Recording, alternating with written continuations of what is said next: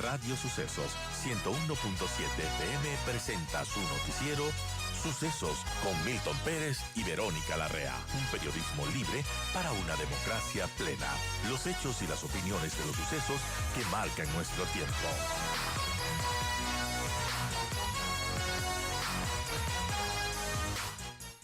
Bienvenida, Gabriela. Gracias por acompañarnos y gracias también por aceptar esta entrevista. A su criterio, ¿qué podemos esperar de este 2025 para la economía ecuatoriana y el 2026 que mucho se ha dicho, pues que va a ser un año determinante, casi de vida o muerte para la economía ecuatoriana? Gracias por acompañarnos nuevamente. Bienvenida, le escuchamos. Muchas gracias por la invitación. La verdad que ciertamente el país se enfrenta a una situación fiscal complicada. Las finanzas públicas, a pesar de todo lo que se ha dicho de poner las cuentas en orden, sigue complicada. Realmente seguimos así porque esto inicia en el año 2014. Es una crisis fiscal prolongada. Yo le digo un estancamiento secular porque ya atraviesa una, dos, tres, cuatro administraciones. Esto se inicia antes de que Correa deje el poder en el año 2014. Continúa con Lenín Moreno, continúa con Guillermo Lasso, continúa con el primer año de Daniel Noboa y seguimos con estas finanzas públicas complicadas. Hay ciertos años donde se acentúan las obligaciones en base a decisiones coyunturales. Por ejemplo, el año pasado se adelantó el cobro de impuestos que se hubieran recibido este año y se gastaron esos impuestos el año pasado.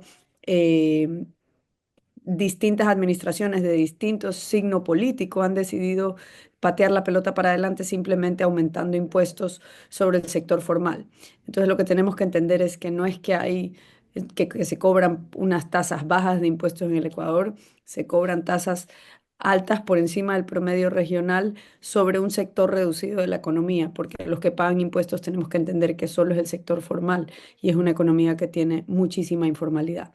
Entonces, al aumentar cada vez más esos impuestos porque no alcanza para resolver las obligaciones fiscales, lo que hacemos es hacer cada vez más costoso ser parte de ese sector formal y un número cada vez más reducido de la población soporta una carga cada vez mayor. Y así no se atraen capitales, no se atraen inversiones y tampoco crecemos. Y sin un mayor crecimiento, no se pueden mejorar las capacidades de pago del Estado ecuatoriano, no bajan las tasas de interés y por eso vamos en este círculo perverso. Un círculo perverso que no parece tener un fin, Gabriela. En ese sentido, ¿qué tendría que hacer el gobierno de Daniel Noboa para romper ese círculo de alguna manera y tener un panorama que no sea tan, bueno, tan negativo, ¿no? Tomando en cuenta todas las fragilidades que se tienen, las fragilidades internas como el bajo crecimiento económico, una inversión que ha estado represada, además, a la espera y en hold de lo que pase con el tema político y una previsión de gasto fiscal que cada vez es mayor y que parece que ningún préstamo pues termina de satisfacer a ese gasto que se tiene. Frente a eso, ¿cuáles son las medidas que debería tomarse? Bueno, yo creo que lo más importante es crecer. El país está estancado desde hace más de una década. Entre 2013 y 2023, que son las cifras que tenemos, el crecimiento promedio del ingreso por persona, por cabeza, por así decirlo, es de 0,33%. Esto Casi. es una generación de ecuatorianos sin esperanza. No tienen esperanza de que les va a ir mejor, son chicos jóvenes que salen al mercado laboral y no tienen esperanza de que les va a ir mejor que a sus padres, sino todo lo contrario. Y una sociedad que va por ese camino, pues no puede esperar que en algún momento no se vire el péndulo a favor de un experimento radical para bien o para mal, porque medidas radicales sí se necesitan. El país sale a buscar alrededor de 15.000 millones de financiamiento al año. Eso significa que internamente y externamente el Estado ecuatoriano está consumiendo más de la mitad de los fondos prestables y esto desplaza el financiamiento para el sector productivo. Entonces es como correr una maratón con una mochila pesada de rocas. Entonces es difícil crecer con esa mochila. Entonces, ¿qué es lo que tiene que hacer? Primero, fijarse las prioridades adecuadas. Yo no creo que es prioridad cambiar la constitución, peor a través de una constituyente. Ese proceso de tal manera que sea percibido como legítimo y aceptado por la sociedad tarda mucho tiempo. Me refiero a que sí va a haber que elegir constituyentes, de alguna manera son tres procesos electorales. Esto que ha dicho el ministro de la Gasca no parece tener pies ni cabeza en términos del marco actual y de lo que ha dicho la Corte Constitucional en la interpretación de la Constitución actual. Lo que sí procede es aprovechar esas vías libres que ha dejado la Corte Constitucional para reformar importantes capítulos económicos de la Constitución a través de enmiendas con la Asamblea. Y el presidente ha demostrado que logra conseguir mayorías en la Asamblea durante su primer año y ahora tiene un panorama mucho más favorable que ese primer año donde ya consiguió mayorías para que se le aprueben ciertas leyes. Además, es un gobierno que no ha especificado alguna visión de país o algunas prioridades que quiera plasmar en una nueva carta política. Entonces, ¿una nueva constitución para qué? Porque esto es distinto que cuando Rafael Correa dijo vamos a hacer una nueva constitución. Él dijo claramente para un estado de derechos sociales, no sé cómo es que le decía, la revolución ciudadana, etcétera, etcétera. Acá es como un acertijo, no se sabe para qué. Y tal vez es mejor, porque esa no es la prioridad en este momento. La prioridad es crecer más. Para crecer más, yo creo que lo más importante en este instante es implementar una reforma bancaria que permita atraer capitales como lo hacen los centros financieros estrellas. Panamá, Singapur, y hay dos vías para hacerlo. Hay un proyecto de ley que se reforma el Código Orgánico y Monetario y Financiero para, digamos, ponernos al día con la legislación de este tipo de centros financieros y requiere que se elimine el impuesto a la salida de divisas, que tengamos tributación territorial, no global, para que la renta generada aquí se tribute aquí, pero que si alguien quiere traer su ahorro de otro país, lo pueda traer aquí sin sufrir doble tributación. Eso, así se crean estos centros financieros y también tenemos que ponernos la meta de ser competitivos como un centro financiero y para eso tenemos que bajar la carga tributaria efectiva al mismo nivel regional o por debajo del nivel regional y dar credibilidad, dar certeza que eso no va a cambiar todos los años, porque el otro problema que hay aquí es la incertidumbre, que todos los años hay otra reforma tributaria. Ahora, si eso es muy complicado e inaceptable hacerlo a nivel nacional, otra alternativa es hacer una homologación, es decir, se crea una especie de zona franca virtual para servicios financieros. Y esto aquí puede avanzar incluso dejando intacto el sistema nacional e incluso teniendo el problema de seguridad. Entonces, Antes. en esa homologación se homologa la legislación laboral, tributaria, ¿por qué no la de Singapur? Y nosotros en eso nos volvemos más competitivos que Panamá. De esa manera, los ecuatorianos tendrán acceso a créditos de mayor volumen, de tasas más bajas, y el sector productivo va a poder realizar más inversiones y la economía va a poder crecer un poco más. Ese mayor crecimiento va a poder permitir una mayor recaudación, incluso cobrando tasas de interés, tipos impositivos más bajos.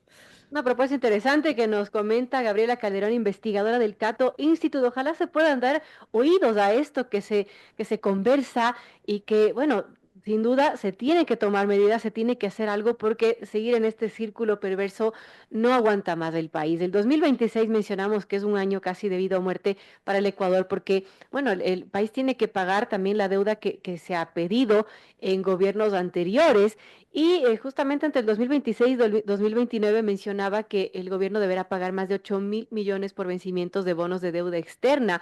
¿Eso cómo se puede lograr si no se tiene un plan económico claro ni acceso a financiamiento? Y más bien lo que se ha visto es que cada año pues el país corre a pedir más y más deuda. Frente a eso pues resulta complejo, ¿no? Ver lo que pueda pasar el próximo año.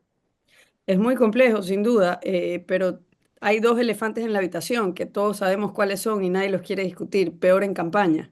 El ¿Serio? subsidio a los combustibles y el subsidio a las pensiones. Solamente en esas dos cosas gastamos casi 8.000 millones al año.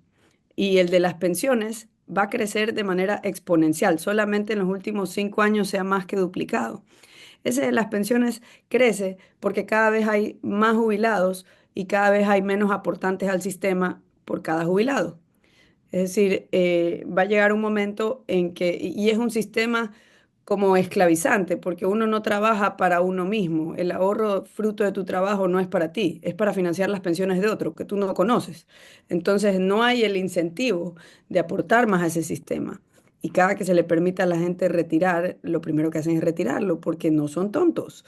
Ellos saben que el dinero no está ahí a buen recaudo para cuando se jubilen. Entonces es como una vaca lechera que todo el mundo le saca, le saca.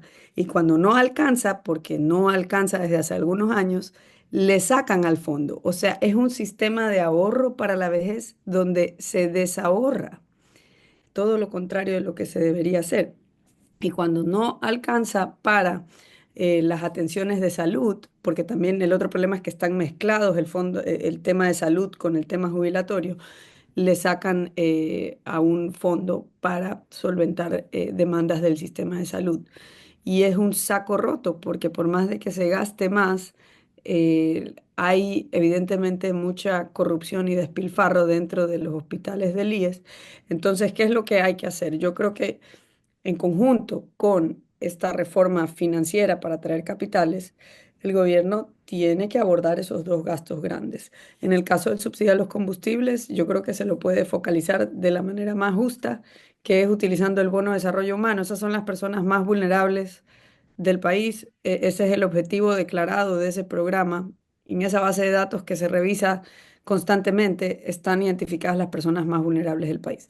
O también hay el bono para discapacidad, otro tipo de bonos, pero incluso suplementando por el impacto estimado de la liberación de precios de los combustibles, esos bonos hay un ahorro importantísimo. Y no estamos hablando de las gasolinas, sino de los elefantes, o sea, el diésel y el gas. Y se lo puede hacer también de manera gradual, que se establece un calendario de que se va a ir reduciendo paulatinamente el monto del subsidio, pero tiene que haber esa voluntad del presidente de decir, vamos a tomar este toro por los cuernos y esto se va. O sea, hay que librarse de las cargas. Es como una familia en crisis que quiere seguir gastando en las extracurriculares. Ahorita no se puede. O sea, hay que como que sacar, quedarse con lo esencial. En términos de las pensiones, yo creo que hay una promesa con los jubilados que ya están muy cerca de jubilarse, que el Estado tiene que honrar. Una promesa mal concebida que ha sido una bomba de tiempo para las finanzas públicas, pero hay que honrarla para para los que ya el daño está causado, están muy cerca de jubilarse. Entonces yo lo que creo es que hay que reconocer esa deuda implícita del Estado con esos jubilados y poner un punto de quiebre, poner una fecha, que puede ser si te faltan 12 a 15 años para jubilarte, tienes la opción de migrar a un nuevo sistema de capitalización individual. Eso sí, todos los trabajadores nuevos que empiezan a trabajar en el sector formal a partir de los 18 años ya no entran al sistema de reparto, sino que entran a un sistema de ahorro individual que puede ser gestionado por todas las entidades financieras que sean aprobadas por la Superintendencia de Seguros o la Superintendencia de Bancos, pero ya el sistema está quebrado y lo que hay que hacer es reconocer la pérdida, detener la sangría y decir, este es el monto que se le debe a estas personas, de aquí para adelante ya dejamos dejar de incurrir esa deuda y se financia cada uno su pensión de ahora en adelante. Son temas que sin duda hay que hablarlos, son temas que se han ido espaciando, pateando la pelotita hacia adelante, pero claro, no va a poder ya aguantar esto más, la economía no da más. Yo quiero agradecerle a Gabriela Calderón, investigadora del Cato Institute, por esta entrevista. Quizás algún mensaje final para nuestros amigos oyentes, Gabriela. Sí, yo quisiera decirles que la prioridad es crecer, como en toda empresa, como en todo negocio, como en toda familia. La prioridad es ver cómo podemos hacer más con menos de manera más eficiente y esa regla se le tiene que aplicar también al sector público. La clase política tiene que entender que no hay plata y explicarle eso a la gente, porque de lo contrario lo que están haciendo es hipotecando el futuro, como ya se ha perdido esta última década. Así es, si no podemos seguir perdiendo más. Gracias nuevamente a Gabriela Calderón por acompañarnos en esta mañana. Gracias.